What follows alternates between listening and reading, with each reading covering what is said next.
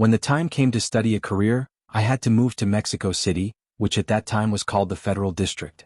I was 19 years old and my dream was to become an engineer. I am from a provincial town where it was very difficult to have access to education. My father, may he rest in peace, was a butcher and my mother made tortillas. Thanks to their efforts, I was able to do something with my life. They were looking for a different destiny for me where life and earning money were simpler. For this reason, they made a great effort to prepare me and for me to be a man of letters, as they said. The only condition for letting me go so far and without supervision was that I did not go out with my Sunday 7. They did not want me to get any girl pregnant or end up failing my subjects. I will not deny that at that time I was still discovering some things about my sexuality. I had a girlfriend whom I became fond of, but I was not really in love. One of the main reasons I asked her to be my girlfriend was so I could touch her without having to look for women of the courtly life in the village or, rather, in the next town, where they did have a tolerance zone. The fact is that, at that time, my only goal was to put effort into studying and be able to help my parents when they were old. They themselves took me in the van we had at that time and we asked around in several neighborhoods until we found a student house. The one who didn't receive me was a woman of about 70 or 65 years old, thin, with very white skin and who also had all white hair. I remember that she smelled very nice, like rose water. My parents asked if they had room for a student and the lady was in no hurry to send them away. She made us go into a common room and served us lemon tea. She first introduced herself by the name of Magdalena and told us that she was the owner of the place where she lived with her daughter. Her husband was a businessman who had amassed a great fortune, but he had died early of a heart attack. Among the possessions she left behind was this enormous house that, from the facade, one could guess was built many years ago. It was a colonial-style house with very high ceilings and could even be mistaken for a hotel. Inside, the house looked good, although it was very noticeable that it was not maintained. There was a lot of humidity in some areas, although it was not a dirty place either. I imagine that this neglect was due to the lack of a man in the house, according to what Mrs. Magdalena told us. Most of the students stayed there until they finished their studies. The atmosphere was good and they were very understanding with the boys. Of course, no parties and you could not bring your girlfriends or boyfriends. In the place everything had to be very respectful. My parents loved the idea of me staying there and so did I. The lady seemed very elegant and somewhat pretty, surely in her prime. She was a woman who left everyone who passed by with their mouths open. Then my mother asked again if she had a room available for me. If it made her feel better, she would pay 3 months' rent in one go so that the contract would be secure. Mrs. Magdalena told us that the semester had just ended, so 3 of her tenants vacated the rooms in the house. It was huge, 3 stories high, and the room I was going to occupy was on the 2nd floor. We went to see the 3 rooms. We were, let's say, fine. A bed with a mattress and clean sheets, a small study table with a chair, a closet and a nightstand for my parents was more than enough. And it saved me the trouble of looking for accommodation all day. That same afternoon a 6-month contract was signed and my parents paid 3 months' deposit. I left my clothes, books, etc., and made the bed using the sheets they provided. All the rooms smelled nice and I noticed that they all had symbols embroidered in one corner, both on the sheets and the pillowcases. I imagine that was it. A way of identifying them so that the students wouldn't steal them, something like they do in some hotels. I said goodbye to my parents and began to explore the building. 2 rooms away from mine, on the right, there was another empty room and the last one was on the 1st floor. I think the one I chose was the best because it had a window that looked out onto the street. This impressed me a lot because let's not forget that I came from a town with small houses, streets with few people and a blue sky. DF was completely different. Cars everywhere, girls. He was walking with long hair and bell-bottoms and there were buildings as far as the eye could see. Inside I was very excited and I thought it would be the beginning of a new stage in my life. 2 days later he occupied the room on my floor. Since the other students were older than me, I was embarrassed to talk to them. So, when I realized that the other boy was a new student, I wasted no time and went to introduce myself. His name was Omar and, like me, he came from a village. It was a pleasure to meet someone like that. We were talking in the hallway when he mentioned that Mrs. Magdalena's daughter was going to carry the key to the room and the gate of the building. I stayed waiting with him and that was when I finally saw her. The daughter was already a big lady, although I was not as big. I estimate that she was about 40, tall like her mother, thin and with round legs. The first thing that came to mind was her face. She had no imperfections, big icy eyes and a turned-up nose. She wore red lipstick and curly hair that was shoulder length. Also, another thing I couldn't hide from sight. She had rather large breasts. I think I even drooled. When I saw her, this lady had the same smell as her mother, rose water. When she saw me, she smiled at me and my heart stopped at that moment. Hello, you're the other one of the new ones, right? My name is Estella and I'm the owner's daughter. Nice to meet you. Whatever you need, you can find us on the 3rd floor. I couldn't say anything at that moment. I think I looked like a fool because she impressed me so much that I would have liked to go after her. Estella didn't say anything either. She gave her lover the set of keys and turned around. I didn't let go of her and I saw that I could see her steel stuck to the skirt that was above her knees. I also saw her calves, better than those of a girl my age who looked better in black heels. Omar started laughing at me and told me that I should pretend because flies were going to get in my mouth.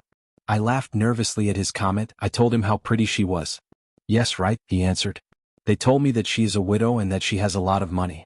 But she likes to live here with her mother and helps her with the student house. Anyway, none of us are up to the task of illusions. I was aware of that.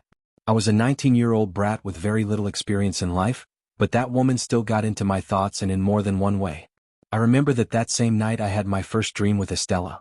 In the dream we were in my room and she was naked in bed. I don't think there is a more perfect body than the one I imagined that time. Estella bit one of my fingers and with her other hand she told me to go with her. I don't want to go into too many details, but I let out my desire for her and had a very pleasant dream. Anyway, the truth is that I saw her and her mother very little in general and, given the rules of the house, the students went to class and returned to sleep.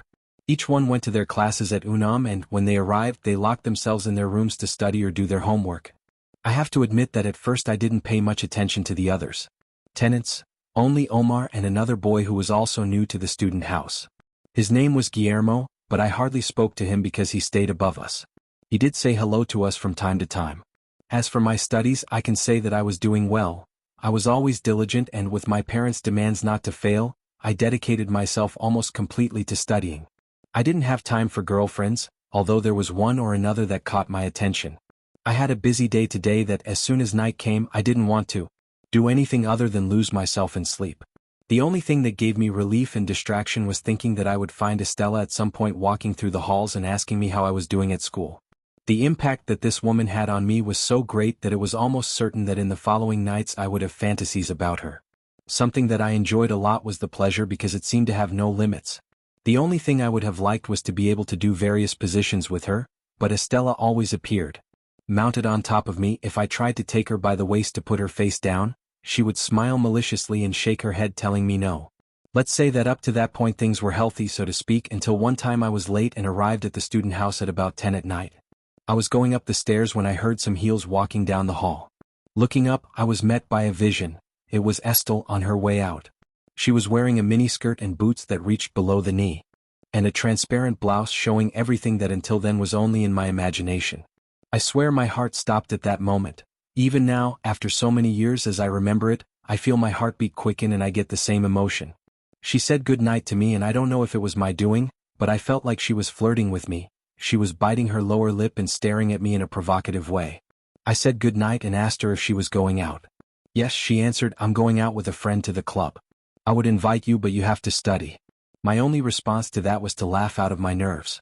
At that moment there was a knock on the door and I stood on the stairs watching her leave with a guy who seemed about her age. I didn't realize it until I got home. Pororo had an erection. It made me feel sorry and at the same time pleased. I just hope she hadn't noticed that. The joke is that, from that moment on, a casual liking became a kind of fixation for me.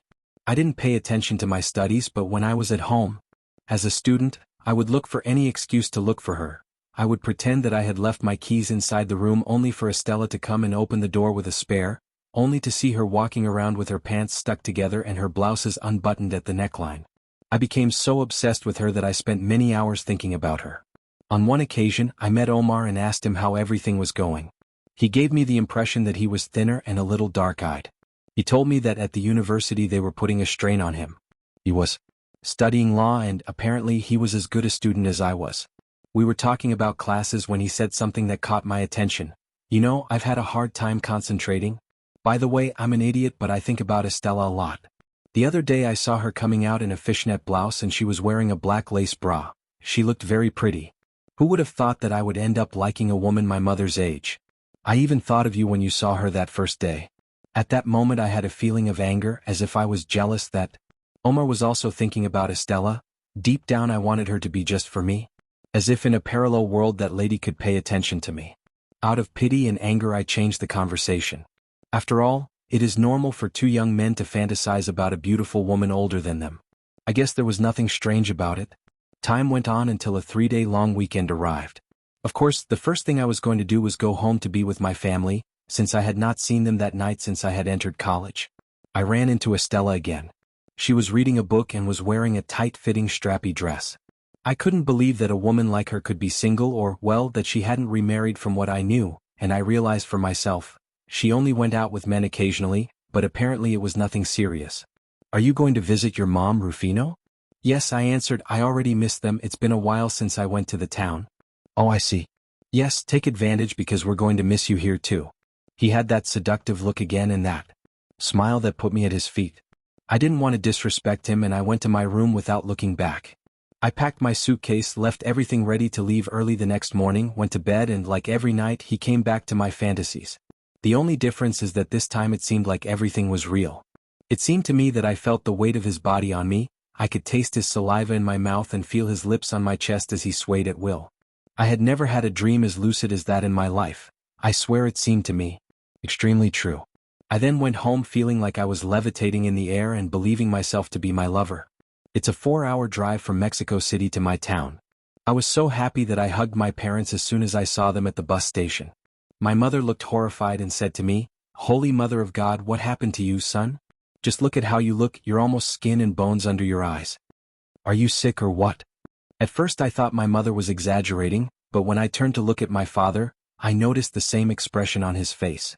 They were really worried. I told my mom that I felt fine and that maybe I had lost weight because I was studying and not eating like I used to. Anyway, she insisted that I could be sick and was very adamant that I go see a doctor in town that same afternoon. It is worth mentioning that in my room at the student house there were no mirrors. I saw my reflection in the windows or glass doors when I came across them and I didn't think I was that bad.